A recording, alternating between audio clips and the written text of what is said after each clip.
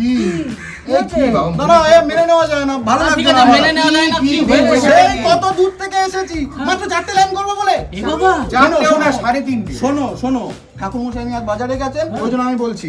এই যে প্রথম পাতায় এই যে ডায়লগ রয়েছে। ওই তো, আচ্ছা আপনি কি শুধু মানুষের উপকার করেই বেরিয়েছেন সারা জীবন, কারো কোনো ক্ষতি করেননি? আর যদি যত গল্পই দেয় মানে ঘটনা শুনিয়েছেন, সবকটাতেই আপনি শুধু শুভ শক্তির পক্ষ নিয়েছেন, মারণ উচ্চাটন এসব কোনোদিন করেননি। ব্যাস হয়ে গেল।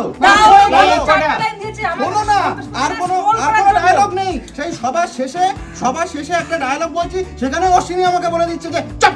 ব্যাস হয়ে গেল। চপ করে দিচ্ছি।